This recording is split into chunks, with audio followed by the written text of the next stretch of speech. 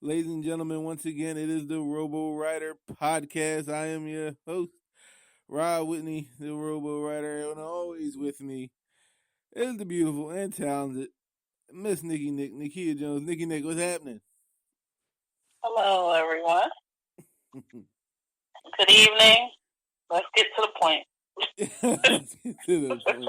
I love it. Let's get to the point. So, first on tap in episode 20 is some basketball news, some NBA news over the last few weeks or so. If you've been following the NBA, you know about Derrick Rose, newly signed New York Knicks, and his civil rape case that he has going. The latest news is that Derrick Rose has thrown Swaggy P, aka Nick Young of the Los Angeles Lakers, under the bus in his defense in this rape case. State pretty much inferring that the young woman that has accused him of these terrible crimes has also slept with Nick Young, and that she is known to sleep around with athletes, basketball players. I asked you, Nikki Nik, was it a low blow, one, for him to even involve Nick Young, and two, to try to ruin this young lady's credibility? Well,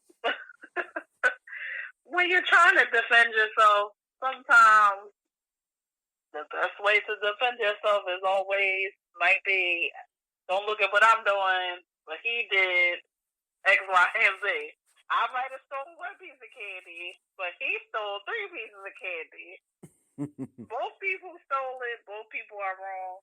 But in this case, when I did read things and divulge a little bit further into the story, like I was just telling you, this lady, to me, while I don't condone rape in any situation or sexual assault or anything, sometimes, as we know it, these women are groupie, these women are money hungry, these women are opportunists. They might not be getting what they want from one, but then they sleep with another one. And I mean, that's how I kind of see her in this situation. If he did, in fact, rape her, that's not a good look on him and his brand. Not at all. But at the same time, this is like I said, just an opportunist situation. It seems like. I gotta agree with you, and like you said, you gotta do what you gotta do to, clear your name. And if that means involving other people, questioning someone's character and their credibility, then that's what you gotta do. That's what he has to do. If it shows in the end that he is innocent, then it will definitely be well worth it. Using these tactics. So from the parquet in the basketball court, we move to the field and the NFL, which just concluded week 1. There were many games where you kind of knew what was going to happen. Some where you didn't. Some where you were pleasantly surprised. What stuck out for you, Nikki Nik, in week 1 of the NFL season? What stuck out for me week 1 is the few new and rookie quarterbacks that we have, that it was their first game going in, and they actually did pretty well. Carson Wentz, I didn't know what to expect as an Eagles fan. Of course, I want them to win, but I just didn't know necessarily what to expect. I was expecting him maybe to start finding his rhythm and game. I was hoping sooner rather than later in the season, but I guess I wasn't expecting to see him as developed as he was, and he looked pretty good. To me, he looked pretty good. I mean, I hope it only gets better for him, and it goes up from there.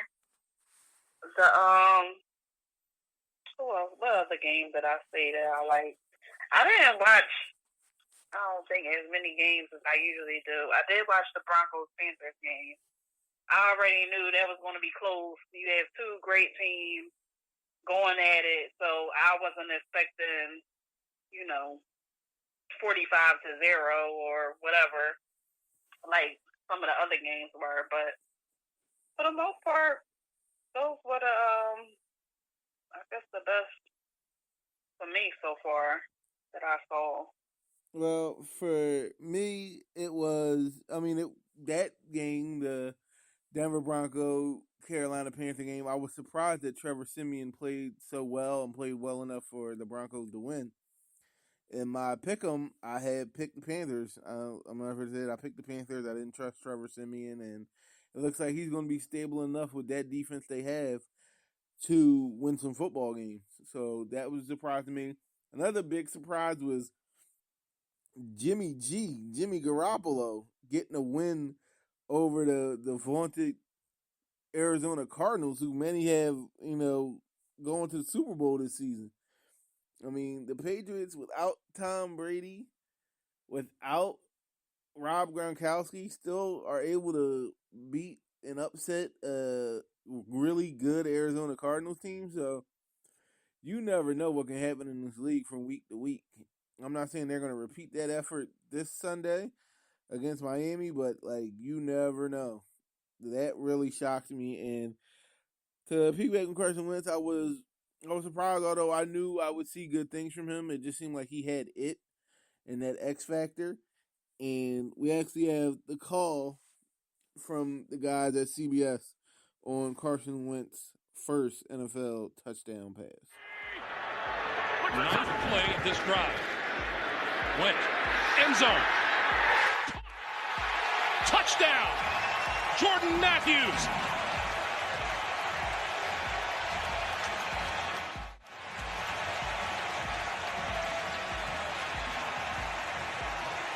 The first touchdown pass of his young career on the money. Well, you got him right there in the slot. He's just going to run a go route. The outside route by Aguilar is just sitting there. Matthews just running one-on-one and man-to-man coverage. A perfect throw by Carson Wentz. So that was the call from Greg Gumbel and Trent Green on Carson Wentz's first NFL touchdown pass in the regular season to Jordan Matthews. He played great, threw for about 273 yards, pair of touchdowns, no interceptions, which was big. The Eagles are trying to be big on taking care of the football this season. Not a lot of mistakes and no turnovers. So they're definitely on the right track. They have a little tougher test with the Bears coming up on Monday Night Football. But overall, I thought he did really good. I thought a lot of the rookie quarterbacks did well. Even as much as I don't want to say it, Dak Prescott in Dallas, he did pretty good. They could have won that game if it wasn't for some bonehead plays there at the end. Especially one by one Terrence Williams. But it is what it is. Not to say I'm too sad that the Cowboys lost. But speaking of next week and what's going on. I don't think any Philadelphia fans ever said that the Cowboys lost. Not at all. Not at all. Not unless it matters. So, any predictions for how next week gonna go? Who you got in the Eagles-Bears game? I mean, I know you're a homer, but you can give us your honest opinion of who you think is gonna win that game. I don't know, and I was trying to think about this before you asked me, actually, but it's tough for me to call that one. I might have to just go faithful. I might have to go faithfully with my Eagles because, yeah, final answer.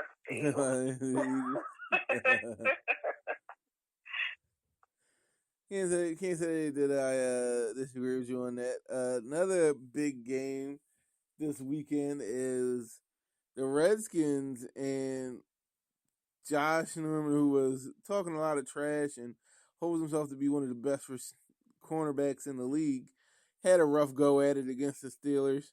This week he's got Odell Beckham and Victor Cruz coming down. How do you think they'll fare in their Week 2 matchup? You think the Redskins will bounce back, or are they going to finally be shown to be frauds? I hope not. My fantasy rides on the Redskins doing okay, but they need to do something. They need to kind of bounce back, I guess, from last week. So hopefully they'll do what they need to do, win the game. Okay. You mentioned fantasy. Plus, I think I'd rather the Redskins win than the Cowboys anyway. So still got love for Jackson. Still got love for Deshaun Jackson. Now, speaking of fantasy football, that you mentioned, how'd you do this week in fantasy football? Let's not speak of fantasy football, shall we? Was it that bad, Nikki Nik? Was it that bad? Yes. I need a whole rebuild of teams. You in a rebuilding season? It's a rebuilding year. I may not be as victorious as I was last year. It's a rebuilding season for the Philly Rams. Yes. You a lot like the real Rams. Yes, I am. You're getting smacked around. I did lose by a lot last week, so. I happen to actually be fortunate enough to pick up a win last week in our league, and actually, I think I'm in 4 leagues this season, and I won in 3 of them, so I was pretty happy about that. But in our league, I have a pretty good roster.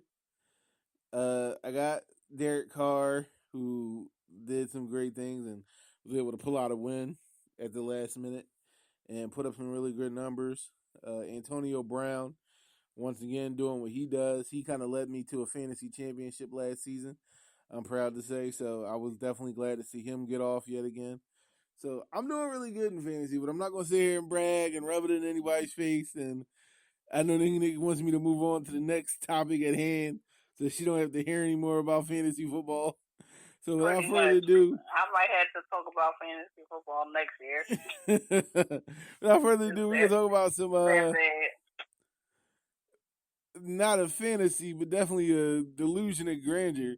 The delusion that Tim Tebow might actually be a Major League Baseball player.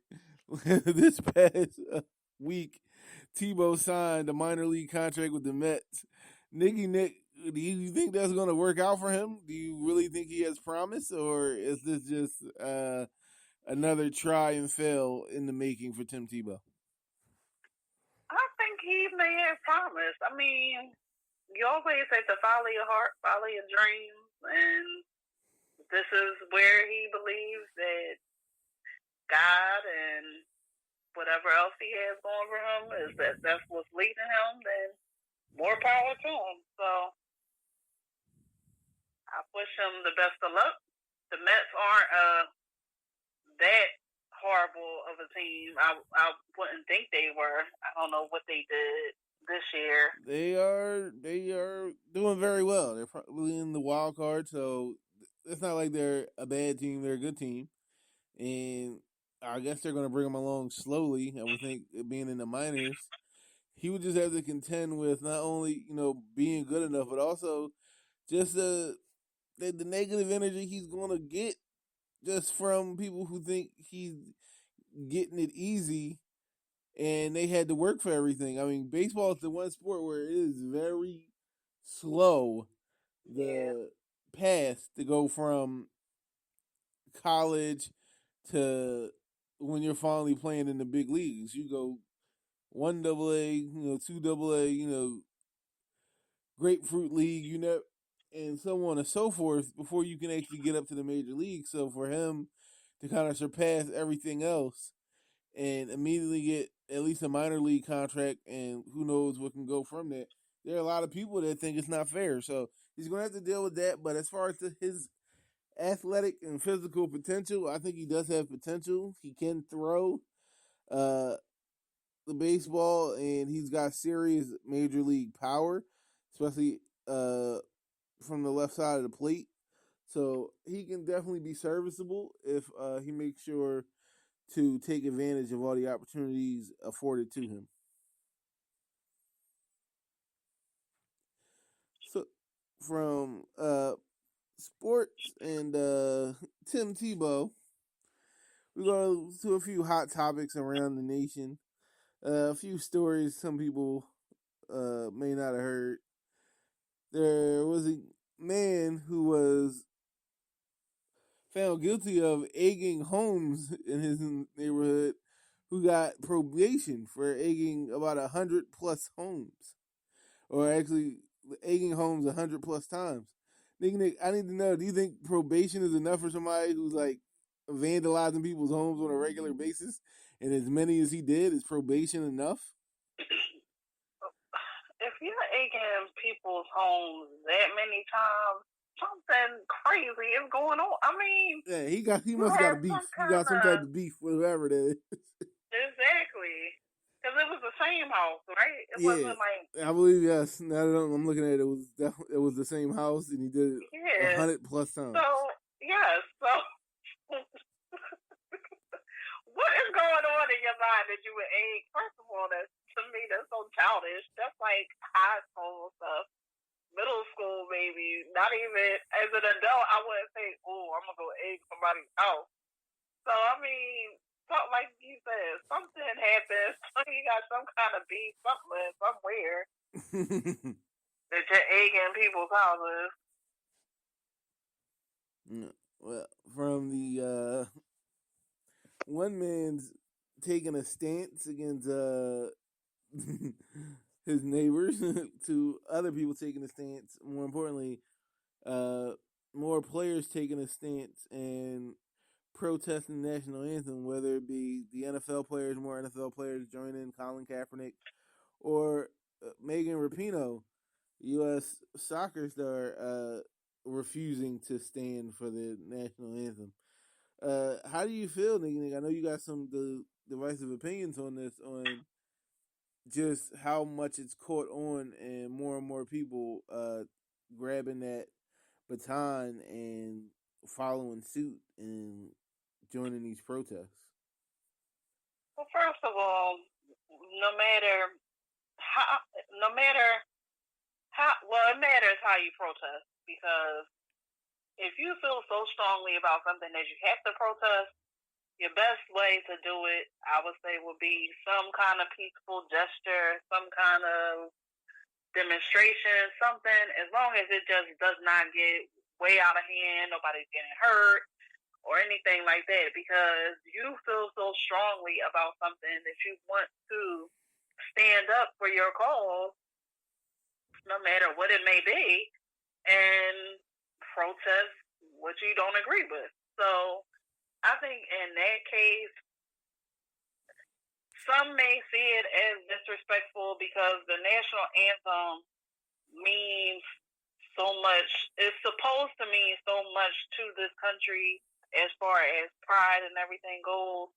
But at the same time, to me, the national anthem isn't just because I have some police or associated police judicial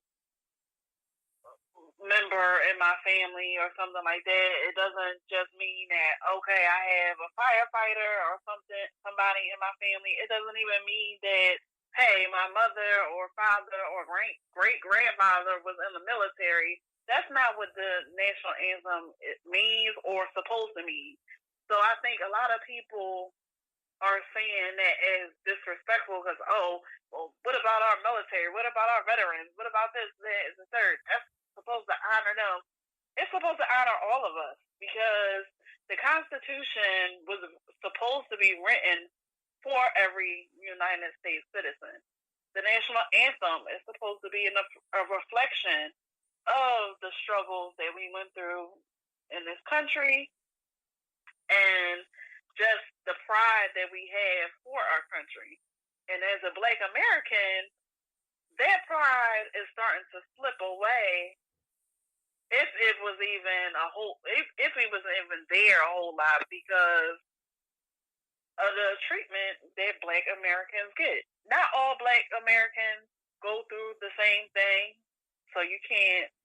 So some more than others can relate to certain things, but at the same time, whenever nobody completely understands how it is to be that person until you yourself go through it. But at the same time, you have to realize these men strongly believe in this, and this is the platform that they're given. They're somebody who's going to be on TV, who's going to be heard, is going to start a conversation, a dialogue, and everything. So what better way, if you're supporting this cause, what better way for a person to show solidarity than doing something like this? I know my thoughts was kind of in a circle maybe, but I was trying to get everything out so you can sometimes speak, but that's literally, it's how I feel. it's all good. I know not to interrupt the woman when she's speaking, so what you said was eloquent. It was articulate, and it was no problem with me letting you get your thoughts together.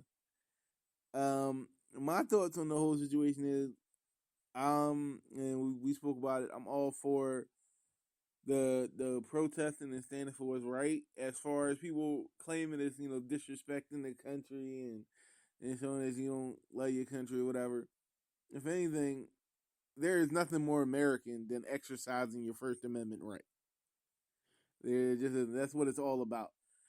And a lot of the military people who are, supporting Colin Kaepernick realize that and have said, I'm fighting for his right to do exactly what he's doing. And other people don't understand that. And my thing is, I drown out people who are more upset with how these athletes are protesting and not upset with what they're protesting against. Once I get that feeling from you, you completely drowned out by me. Like, I don't want to hear it.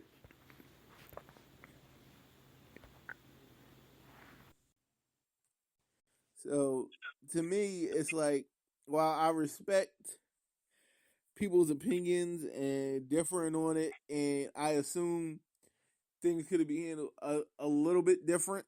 I like now that instead of completely sitting down, it's a knee.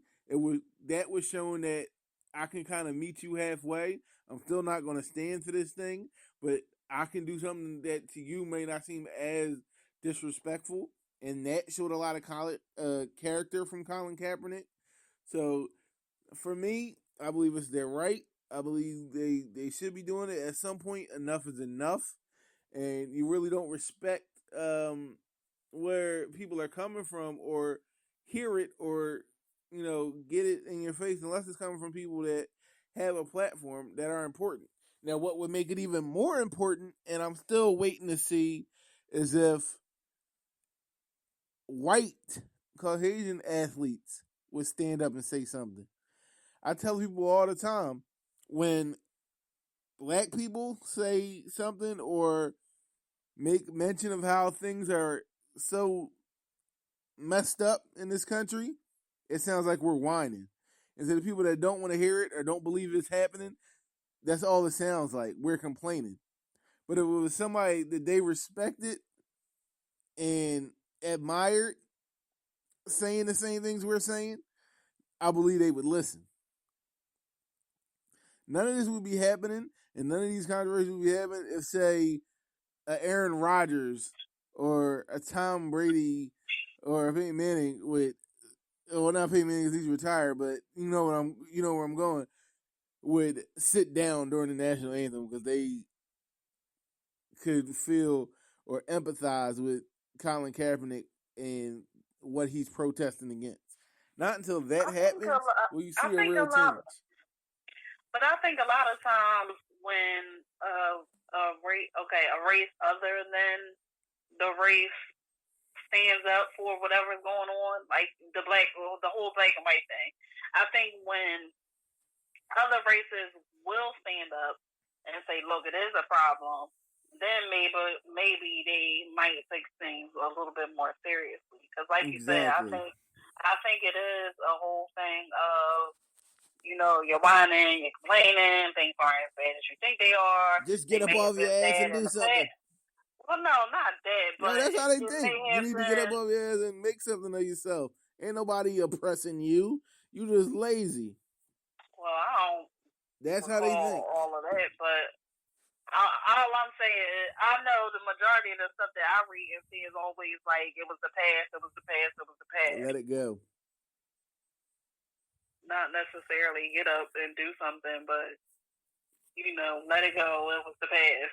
But I should share with you some of the comments that have been made to me on some of these social networking. I mean, I can believe it. I can believe it. I had to get off. What are you doing to help your community? What are you doing?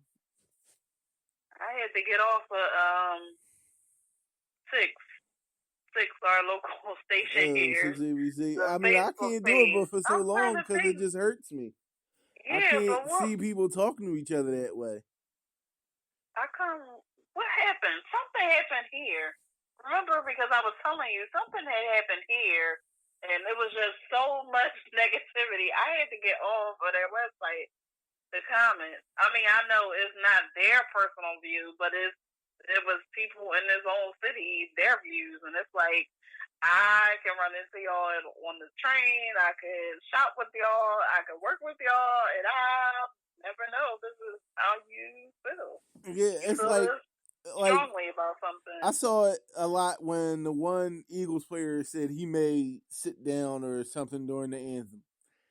And I saw all these comments, mainly, mostly from white people, how angry they were, and he don't know what kind of city this is, and we not going to stand for this, and he'll be out of here. And I'm thinking to myself, what kind of city is it? I've been living here my whole life, more than 30 years, and I thought it was a tolerant city. Especially the fact that some people don't want to realize that it's actually 60 to 65% African American. So I don't know what city these people are living in, where they think the majority of people in this city anyway are against these protests. But I'm like, you know what? I'm not even going to go there. I'm not even going to put that out there. And I'm just going to leave it alone because it's obvious, like you said, there's some of these people I could bump into. It hurt my heart a couple weeks ago to see a story in which a nurse at Jefferson Hospital, and for our viewers that don't know, I was in Jefferson Hospital for 45 days last year battling leukemia, and they saved my life. And I'm in great health now, been cancer-free for more than a year now. And one of their nurses made racial and bigoted statements on her Facebook page regarding Black Lives Matter protesters and Black Lives Matter as an organization. She wound up losing her job. And it was like, this could have been somebody who was treating me that don't like me for no other reason than the color of my skin. And I'm supposed to put my faith in them doing their job and prolonging my life. And that scared me. Like, I befriended a lot of people at that hospital, and that scared me. That no matter what situation you go into, it could be people there that can't stand your black ass. That scares me. But I digress.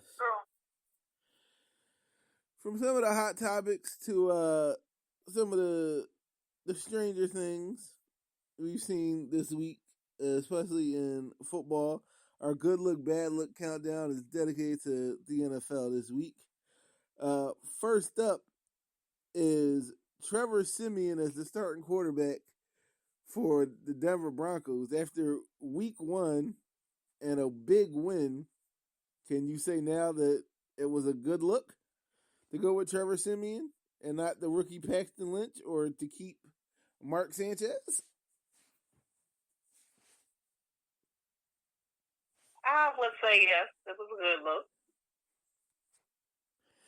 I'd have to agree with you. I think it was a good look. I think John Elway knew what he was doing. He knew that he had somebody in Simeon that could run the offense, keep it to a point where it was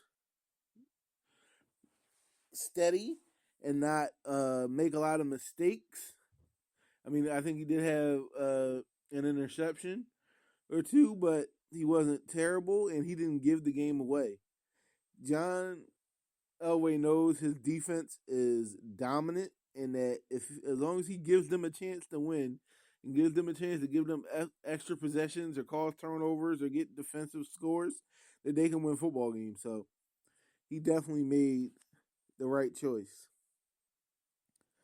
From one West Coast team to another, the Seattle Seahawks, and along the lines of the national anthem debate, the Seahawks had a gesture of unity during the the opening of the game this past Sunday, in which all of the players locked arms as the national anthem was played. Do you think their gesture and the way they chose to handle things was a good look or a bad look? I think it was a good look. I mean, if you stand strongly, not causing harm to anybody, then why not do something that's going to get you some attention for your cause? So I say, hey, they went for it. They did it. I don't know what their consequences will be, if they'll get fined or anything like that. But as far as they stood up and what they believed in, so I think it's a good look. I have to vehemently and with all due respect completely disagree with you. And I'm going to tell you why. I thought that display was sickening. As a matter of fact, it disgusted me. It made me sick to my stomach. They have nothing to worry about as far as getting fined or any of that, because what they did was on par with what the thousands and apparently millions of people who are complaining and bitching and crying and telling us about how much they love America and how everybody else is disrespecting it. This is something they will want to see. To me, it was the most pathetic gesture. It goes to show that their entire team, with the Russell Wilsons and the Richard Shermans of the world, are a team full of sellouts. And yes, I said it. They've never come to the forefront from Richard Sherman with his bullshit, what about black on black crime stance, and that's more important than rogue cops killing black men at an epic pace. Their team disgusts me. Him more than anybody else. It just smacks of Uncle Tomness, and it disgusts me. I hated to see it.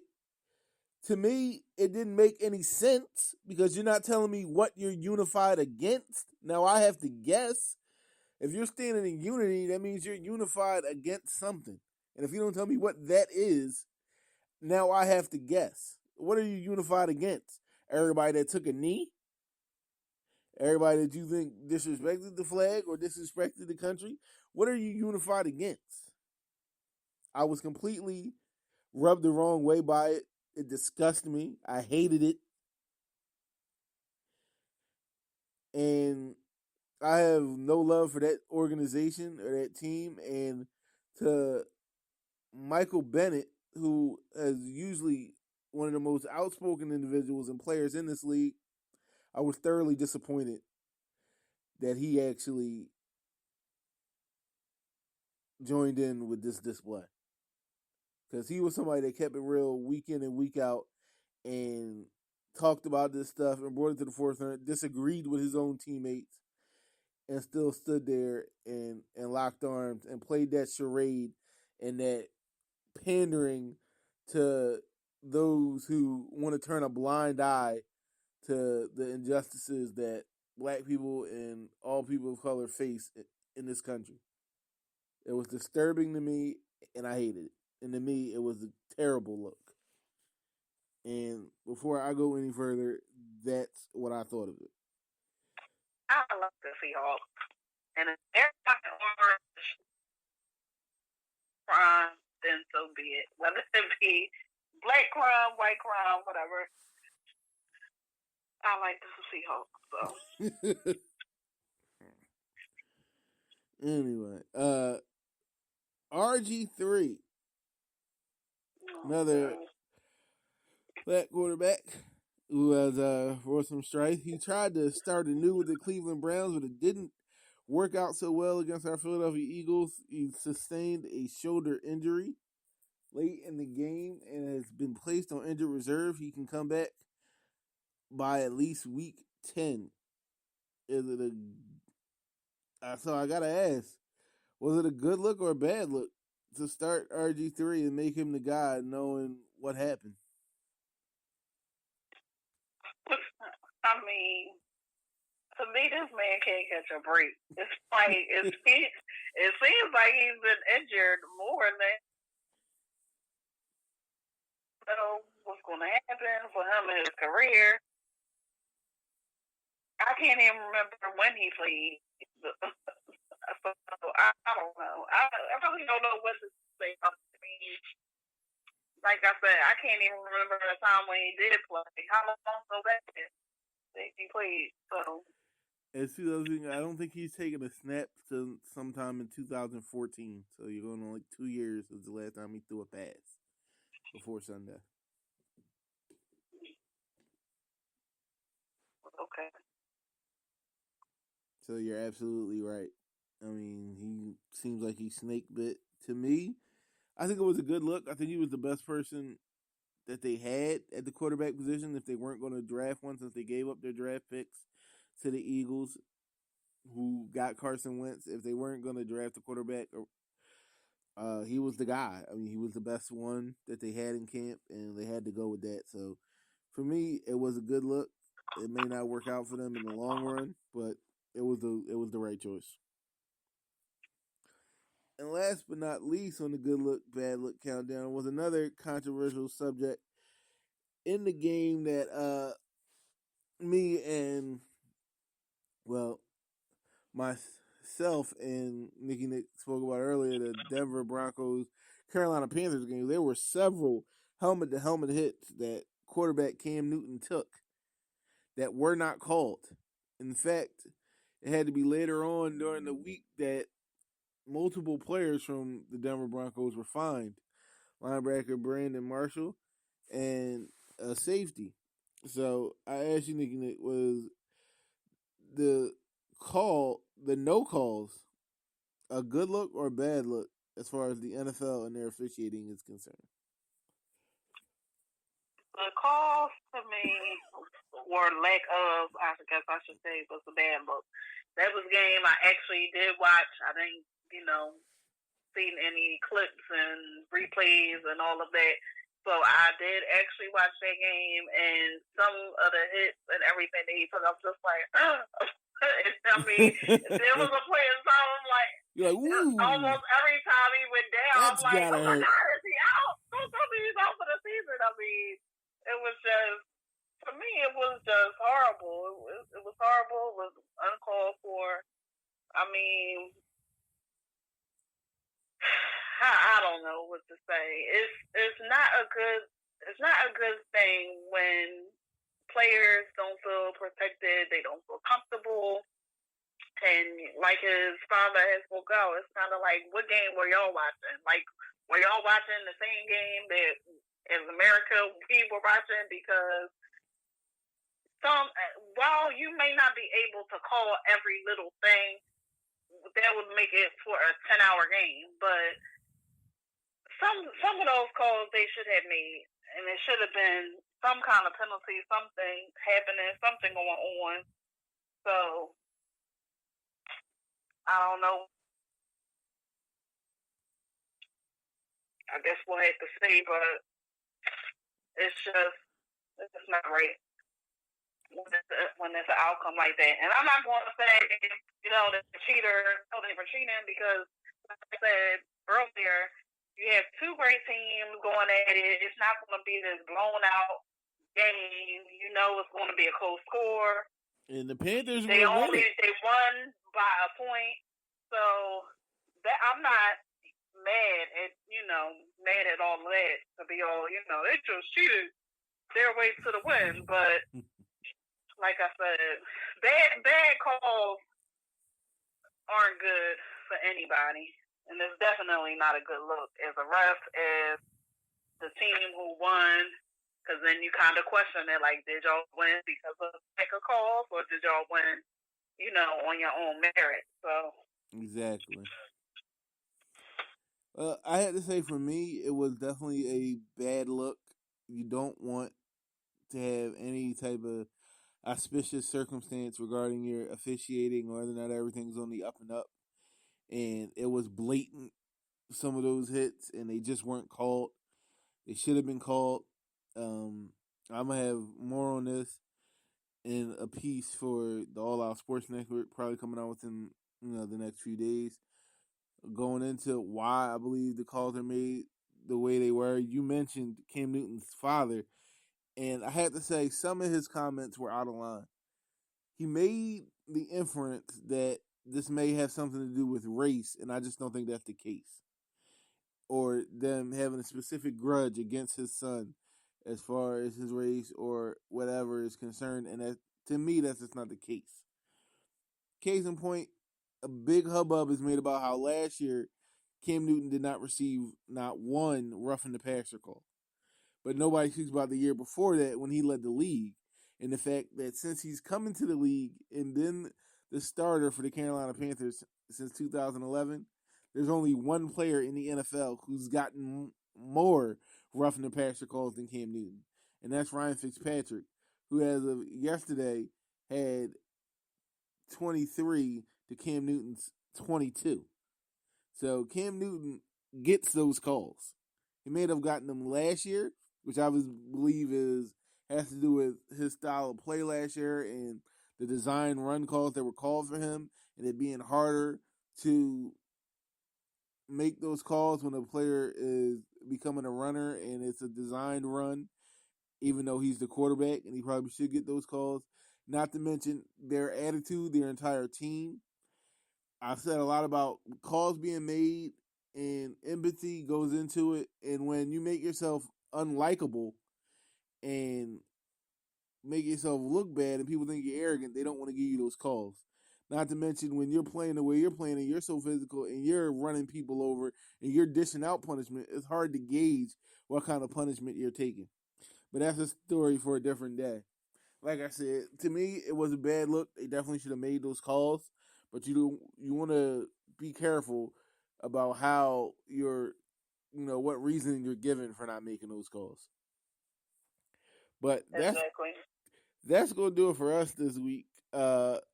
Special show this week. This is episode number 20 of the RoboWriter Podcast. Also, this is our first podcast, our first brand new podcast, original podcast that will be available in the Google Play Store on the RoboWriter Podcast app. So make sure you download that app if you're listening to this on Spreaker or on YouTube. Make sure you download the RoboWriter Podcast app. I'm Rob Whitney, the RoboWriter. She's Nikki Nik. I'm getting out of here. Nikki Nik, what you want to tell them? Enjoy football tomorrow, Monday night, Thursday night. I'll be